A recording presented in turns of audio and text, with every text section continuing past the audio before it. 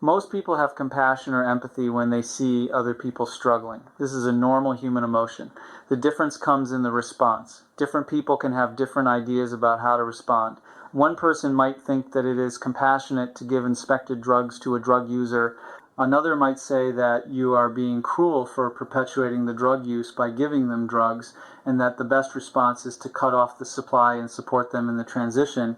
One person might argue that it is compassionate to ease bail requirements for criminal offenders and make parole easier to obtain.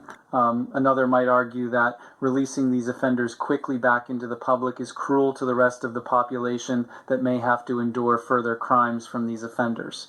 Either way, the response is a result of compassion and empathy and a desire to solve the problem. The simplest way to decide what is the best response is to consider how it will affect you and the rest of us. If giving drugs to a user results in increased drug use in public, an increase in crime and unsafe streets with no end to the drug use by the user, it is clear that this affects you and the rest of us negatively. Removing the drugs may be hard on the user, but it is better for you and the rest of us and is less cruel than keeping them addicted. The same logic can be applied to almost any policy.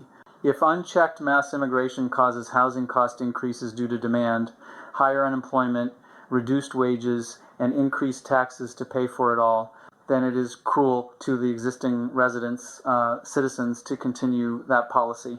If you support that policy and eventually cannot buy a house, get a job, or even live safely in your neighborhood, you are slowly destroying yourself. You may feel that compassion requires a response, regardless of the negative impacts to yourself and others. But you should also understand that your response may also be cruel to others and bad for you as well.